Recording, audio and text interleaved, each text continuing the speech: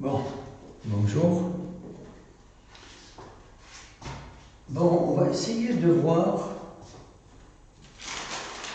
pour le moment, la suite de la correction de l'exercice 2. Concernant les nombres complexes. Donc, suite, ça c'est pour les sciences maths. Deuxièmement, on a demandé de trouver les racines carrées de 1 qui est égal à 2 cosinus carré θ sur 2 facteur de moins cosinus θ plus i sinus θ, qu'on peut écrire sous cette forme-là. 2 cosinus carré θ sur 2 e i pi moins θ. Bon, ça, c'est comme si j'écris 1 égale au carré d'un nombre complexe. Et bien j'aurai Z1 égale racine de 2 cosinus θ sur 2 et EI pi sur 2 EI pi moins θ sur 2. L'autre racine, c'est Z2 égale moins 2 cosinus θ sur 2 EI pi moins θ sur 2. Concernant A bar, le conjugué de 1, eh bien, j'ajoute ici un moins. Donc j'aurai A bar égale 2 cosinus carré θ sur 2 facteur de moins cosinus θ moins i sinus θ, que je peux écrire parce que là, le cosinus est négatif, sinus négatif, donc il se trouve dans le troisième quadrant. Troisième quadrant, c'est-à-dire si je représente ça sur un cercle trigonométrique, ben j'aurai le 1, 2, 3 et 4. Le troisième cadran, on a le sinus négatif et le cosinus négatif. Donc, c'est pi plus θ. Donc ça, je peux l'écrire sur la forme exponentielle. 2 cosinus carré θ sur 2, e i pi plus θ. D'accord. Donc les deux racines carrées de A bar, donc puisque j'ai cette forme-là, ben j'aurai Z3 égale racine de 3 cosinus θ sur 2, EI pi plus θ sur 2, et Z4 égale moins racine de 2 cosinus θ sur 2, EI pi plus θ sur 2. Maintenant,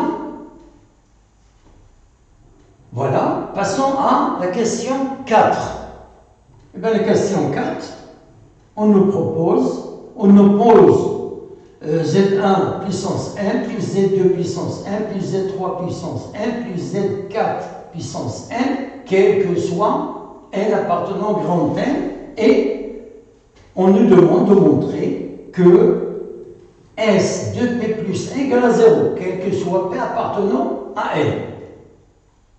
Ben normalement, là, je peux remplacer le n par 2p plus 1.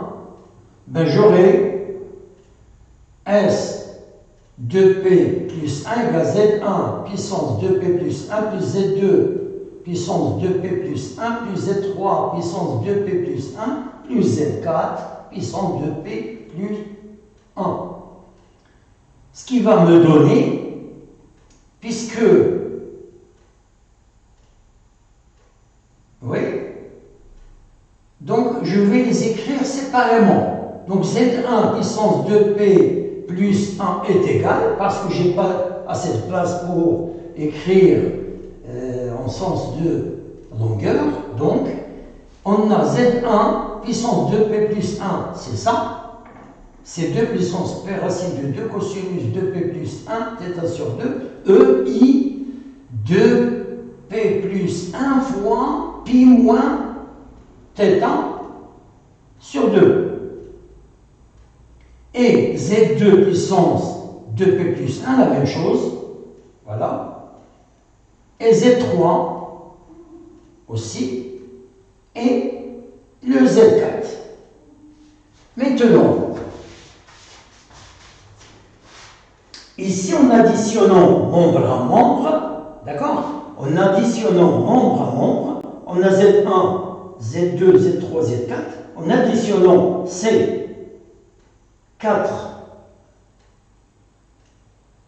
nombres, ces 4 nombres-là, donc j'aurai la somme ديال هادو. Bon, j'additionne la première ligne avec la deuxième, troisième, quatrième. Qu'est-ce que je vais avoir?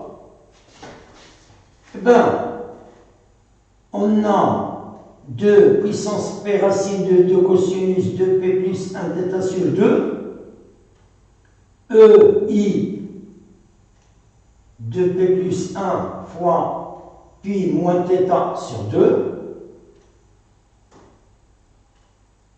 Ben là, je remarque que cette expression-là, il va sauter avec celle-là. Et celle-là avec celle-là aussi. Parce qu'il y a ici le moins, ici plus, ici plus, ici moins. En additionnant membre à membre, comme on a dit, qu'est-ce qu'on va trouver? On va trouver S de P plus 1 égale à 0, quel que soit l'appartenant à N. Bon. Vous pouvez faire le calcul, c'est facile.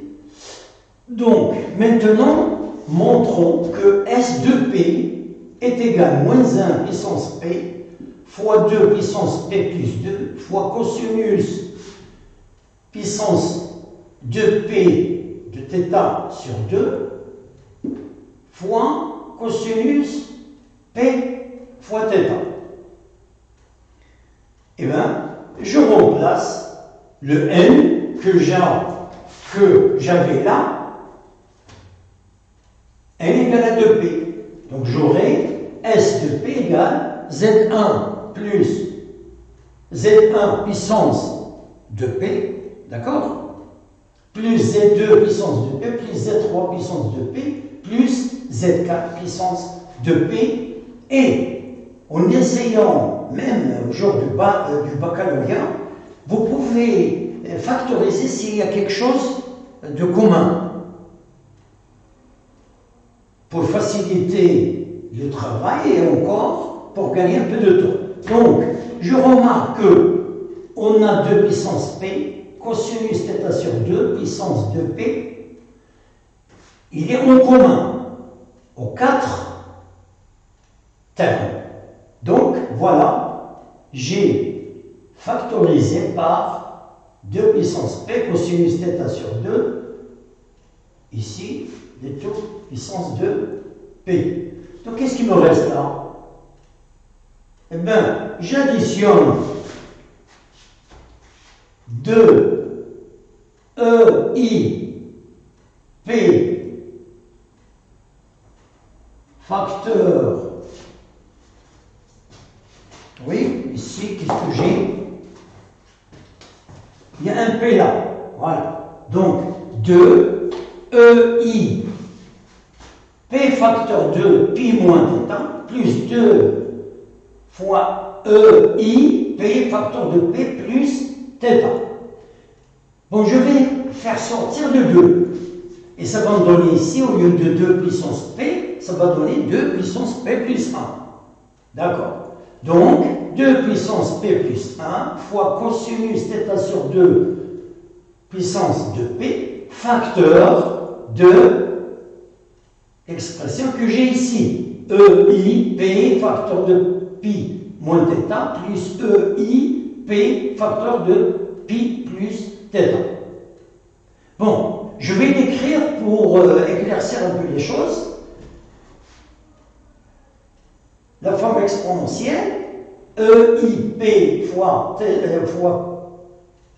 pi moins θ, je peux l'écrire cosinus P fois pi moins P fois θ, plus I sinus P fois pi moins P fois θ, plus l'expression, le EI P facteur de P plus θ, c'est cosinus P fois pi plus P fois θ, plus I sinus P fois pi plus P fois θ.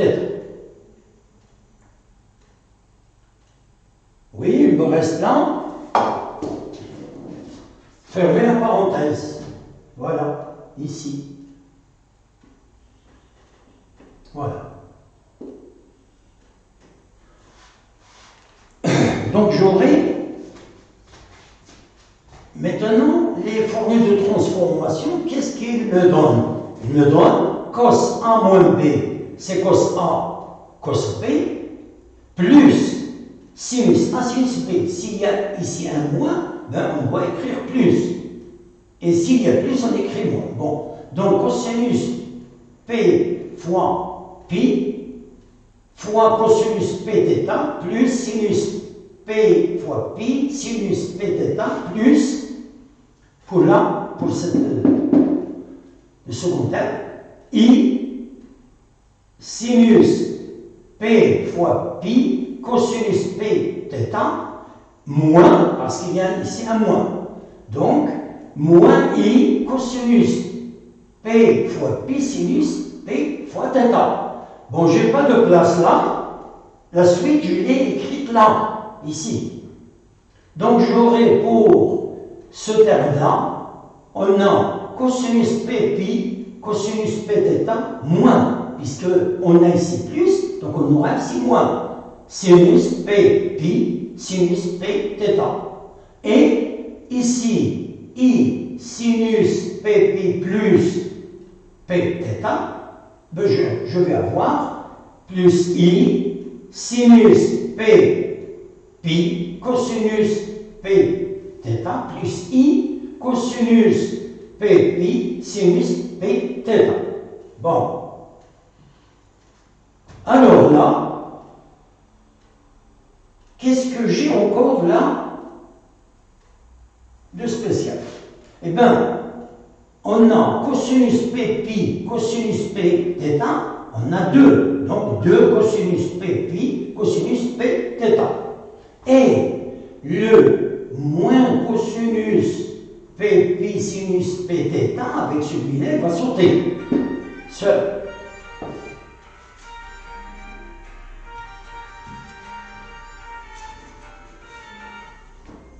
Celui va sauter, car ils sont de nombres opposés. Qu'est-ce que je vais avoir? Ben, je vais avoir ce terme-là avec ce terme, ça donne 2 cosinus P pi, cosinus P θ, plus le terme, qu'est-ce que ça va donner? Ça va donner I 2 sinus P pi, cosinus P θ. Et je ferme la parenthèse. Maintenant, ici, si vous le remarquez, on a sinus P pi. Eh bien, P pi, le terme va s'annuler. Pourquoi? Ben, tout simplement parce que il y a un multiple de pi. De sinus de pi égale à 0. Et sinus de 2pi égale à 0. Donc, il y a deux cas. P, il peut être pair ou impair. S'il est pair, eh ben, j'aurai 0. Sinus de 2pi est égal à 0. Et sinus, pardon, il y a ici, voilà, ici il y a un pi. Voilà. Donc, sinus. Donc, en général, si j'ai sinus où P il est impair, je vais avoir 0. Et si P est pair, je vais avoir 0. Dans tous les cas, je vais avoir un 0 selon la parité de P. On a aussi cosinus pi égale à moins 1 et cosinus de pi égale à 1. Donc, si j'écris moins 1 puissance P, si P est impair, il va me donner moins 1. Et si P est pair, il va donner 1. Donc, je vais écrire là. Donc, ça, je vais l'enlever parce qu'il est nul. Donc, il nous reste le premier terme. Et le premier terme, le 2. Je factorise. Bon, il est déjà en facteur, mais je rajoute le 2 à 2 puissance P plus 1, ce qui donne 2 puissance P plus 2. Et cosinus θ sur 2 de tout puissance 2P et cosinus P pi cosinus P θ. Qu'est-ce que j'ai dit pour ce terme-là? Ce terme-là, il peut me donner 1 ou moins 1 selon la parité de P. Et bien tout simplement, je vais écrire cosinus P pi égale moins 1 puissance P. Si P est pair, ben, il va me donner 1 à moins 1 puissance le nombre pair. Il va donner 1. Et si le nombre P est impair, il va donner moins 1. Donc, c'est pas grave. Donc, je peux résumer les deux cas dans ce cas que j'ai. Et finalement, donc, S de P égale moins 1 puissance P fois 2 puissance P plus 2 fois cosinus θ sur 2, le tout puissance de P, fois cosinus Pθ. Donc, on retrouve le résultat qu'on a là-haut. La question demandée, c'est ça. Donc, on l'a trouvé. Seulement, là, un conseil, pour ceux qui ne maîtrisent pas les formules de transformation et l'écriture trigonométrique, etc., il faut faire une petite révision pour ne pas avoir de problème. Bon, allez, bon courage. Si vous avez quelque chose à demander, n'hésitez pas. Dans la dernière vidéo, j'ai essayé de donner mon numéro de téléphone pour essayer de répondre à vos questions. Bon courage.